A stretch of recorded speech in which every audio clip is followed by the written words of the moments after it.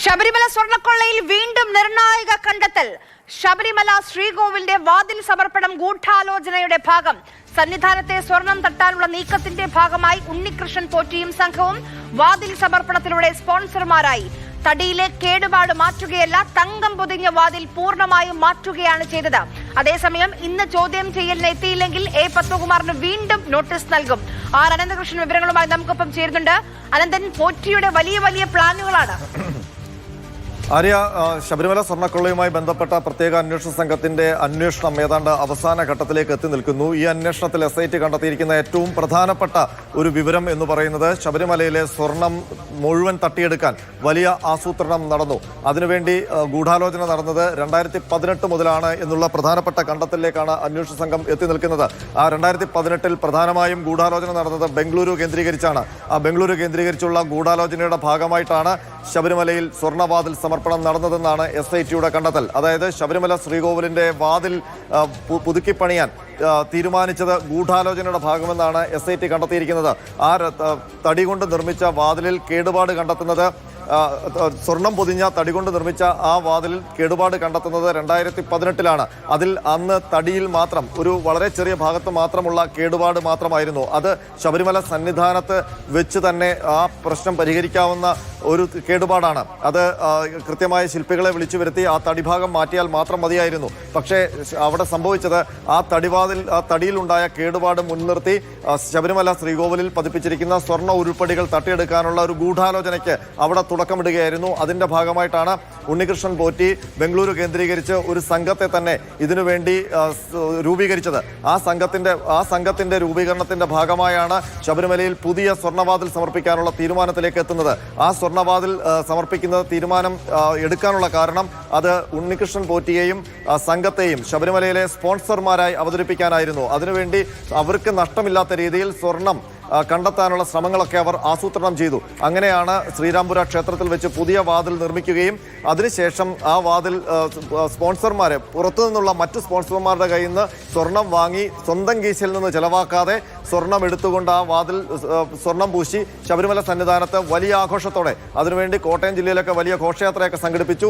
അങ്ങനെ ഞങ്ങൾ സ്പോൺസർമാരായി എത്തുന്നു എന്നുള്ളൊരു പ്രതീതി ഉണ്ടാക്കാൻ ഉണ്ണികൃഷ്ണൻ പോറ്റി ശ്രമിച്ചത് എന്നാണ് SITയുടെ കണ്ടെത്തൽ. അങ്ങനെയാണ് ഉണ്ണികൃഷ്ണൻ പോറ്റിക്ക് ശബരിമലയിൽ കൂടുതൽ സ്വാതന്ത്ര്യം അനുഭവിക്കാൻ കിട്ടിയത്.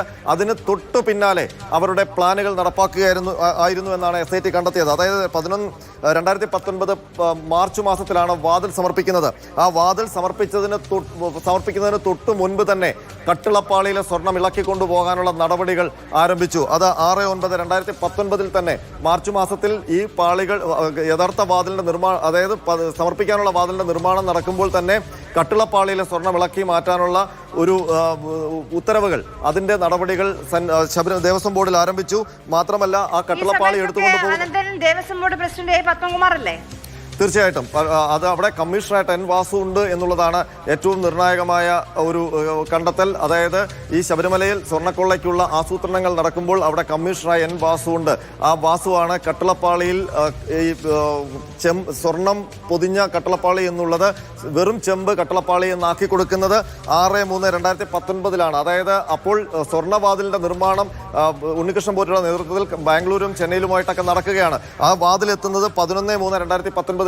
അതിന് തൊട്ടു മുൻപ് അതേ മാസത്തിൽ തന്നെ 11-ാം തീയതി മാർച്ച് മാസത്തിൽ എത്തുമ്പോൾ മാർച്ച് 6-ാം തീയതി തന്നെ ഈ കട്ടിളപ്പാളി ചെമ്പാക്കിക്കൊണ്ടുള്ള വിധി അവിടെ നടന്നു കഴിഞ്ഞു.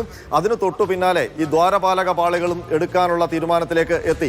അപ്പോൾ വാതിലുമായി എത്തുന്ന ഉണ്ണികൃഷ്ണൻ പോറ്റി സ്പോൺസറായി അവതരിച്ചത്, തുടർന്ന് പല ഉരുപ്പടികളും എടുത്തുകൊണ്ട് പോകാനുള്ള അതിന്റെ ഭാഗമായിരുന്നു. അതിനൊപ്പം വാതിലും കൊണ്ടുപോയി എന്നുള്ള സംശയമുണ്ട്. അതിപ്പോൾ ശാസ്ത്രീയ പരിശോധന നടത്തി കഴിയുമ്പോൾ മാത്രമേ ശബരിമലയിൽ ഇരിക്കുന്നത് യഥാർത്ഥ വാതിലാണോ എന്നുള്ള കാര്യം ഇപ്പോൾ അനുമതി തന്ത്രി നൽകി കഴിഞ്ഞു എന്നുള്ളതാണ്. എന്തൊക്കെ സ്വാഭാവികമായും അന്വേഷണ സംഘം കൃത്യമായ നടപടികളുടെ ആചാരം കൂടി മാനിച്ചുകൊണ്ടാണ് മുന്നോട്ട് പോകുന്നത്. തീർച്ചയായും ഇപ്പോൾ ഏറ്റവും പ്രധാനപ്പെട്ട കണ്ടെത്തൽ 2018 ശബരിമല സ്വർണ്ണക്കൊള്ളയുടെ യഥാർത്ഥ ആസൂത്രണത്തിന്റെ തുടക്കം നടക്കുന്നതെന്നുള്ളതാണ്. അത് ബംഗളൂരു വെച്ചാണ്. അതിന്റെ ഭാഗമായിട്ടാണ് സ്വർണ്ണവാതിൽ സമർപ്പണം നടന്നത്. ഒരു തടിയിലുണ്ടായ വെറും കേടുപാട്, അത് ഏതാണ്ട് പൂർണ്ണമായും തങ്കം പൊതിഞ്ഞ സ്വർണ്ണ വാതിലായിരുന്നു.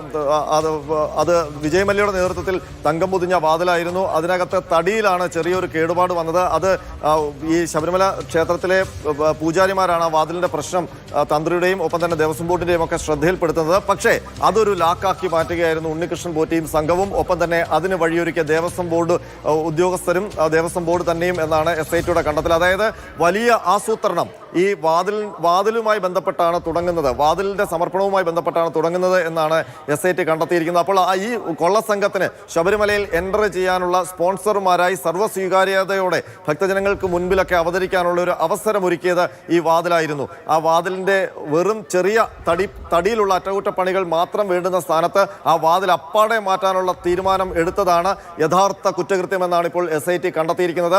ആ കുറ്റകൃത്യം വഴിയാണ് വാതിൽ സമർപ്പണത്തിലൂടെയാണ് ഉണ്ണികൃഷ്ണൻ പോറ്റിയും സംഘവും ശബരിമലയിലെ ബാക്കി സ്വർണം തട്ടിയെടുക്കാനുള്ള നീക്കങ്ങൾ ആരംഭിച്ചത്. അത് തൊട്ടു പിന്നാലെ തുടരെ അതിനുള്ള നടപടികൾ ആരംഭിച്ചു എന്നാണ്. അപ്പോൾ അതിനുവേണ്ടി ദേവസ്വം ബോർഡും കൂട്ടുനിന്നു എന്നുള്ള കണ്ടെത്തലിലേക്കാണ് SIT എത്തിയിരിക്കുന്നത്. അപ്പോൾ ബംഗളൂരുവിൽ നടന്ന ഗൂഢാലോചനയിൽ ആ ഗൂഢാലോചന നേരത്തെ തന്നെ ദേവസ്വം ബോർഡിൽ ഇപ്പോൾ ആരോപണ വിധേയർക്ക് അറിയാമായിരുന്നോ എന്നുള്ള കാര്യമാണ് ഇപ്പോൾ SIT പരിശോധിക്കുന്നത്. ഏതായാലും പത്മകുമാർ അടക്കം ഇപ്പോൾ ചോദ്യമുനയിലേക്ക് വരികയാണ്. അതിൽ ഏറ്റവും പ്രധാനപ്പെട്ട കാര്യം 2019 ദേവസ്വം ബോർഡ് പ്രസിഡന്റായിരുന്ന പത്മകുമാറിനെ മാത്രമല്ല, അന്നത്തെ ദേവസ്വം ബോർഡ് മെമ്പർമാരായിരുന്ന ശങ്കർദാസിനെയും വിജയകുമാറിനെയും ചോദ്യം ചെയ്യാൻ ഇപ്പോൾ SIT തീരുമാനിച്ചിട്ടുണ്ട്. അറിയാം, ഈ പത്മകുമാർ ചില പേഴ്സണൽ അസൗകര്യങ്ങളൊക്കെ പറഞ്ഞുകൊണ്ടാണ് ഈ ചോദ്യം ചെയ്യൽ നീട്ടിക്കൊണ്ടിരിക്കുന്നത്. എത്ര ദിവസം അല്ലെങ്കിൽ എത്ര കാലം അദ്ദേഹത്തിന് ഈ എക്സ്ക്യൂസ് പറഞ്ഞ് നിൽക്കാൻ കഴിയും അനന്തൻ? തീർച്ചയായിട്ടും ഇപ്പോൾ ഇന്നലെയാണ് രണ്ടാമത് ഹാജരാകാനുള്ള നിർദ്ദേശം പത്മകുമാറിന് നൽകിയിരുന്ന തീയതി. പക്ഷേ ഇന്നലെ അദ്ദേഹത്തിന്റെ ബന്ധുവും അയൽപക്കത്തും ആയിട്ടൊരു മരണം നടന്നിരുന്നു. ആ മരണാനന്തര ചടങ്ങുമായി ബന്ധപ്പെട്ട ഒഴിവുകഴിവാണ് അദ്ദേഹം പറഞ്ഞത്. പക്ഷേ ഇന്നുകൂടി അദ്ദേഹത്തെ SIT പ്രതീക്ഷിക്കുന്നുണ്ട്. ഇന്ന് ഹാജരായില്ലെങ്കിൽ അതൊരു പക്ഷേ അറസ്റ്റിലേക്ക് പോകാനുള്ള ഒന്നുകൂടി അവർ അറിയിക്കുമെന്നാണ് നമ്മൾ ബന്ധപ്പെടുമ്പോൾ SIT ഉദ്യോഗസ്ഥർ പറയുന്നത്. അതായത് ഒരു നോട്ടീസ് കൂടി കൊടുക്കും. പക്ഷേ ആ നോട്ടീസ് ഏത് രൂപത്തിലാണ് എന്നുള്ളതാണ് ഇനി ഏറ്റവും പ്രധാനം. അത് ഈ